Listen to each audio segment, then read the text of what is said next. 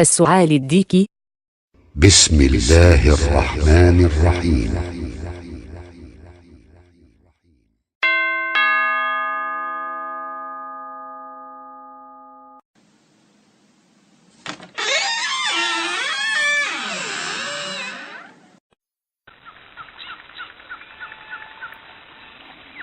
تقطع فصوص من الثوم قدر حفنة يد، ثم توضع في ماء به القليل من الملح على نار هادئة، ثم يقوم المريض باستنشاق البخار المتصاعد من هذا الماء، وتكرر هذه العملية كل مساء.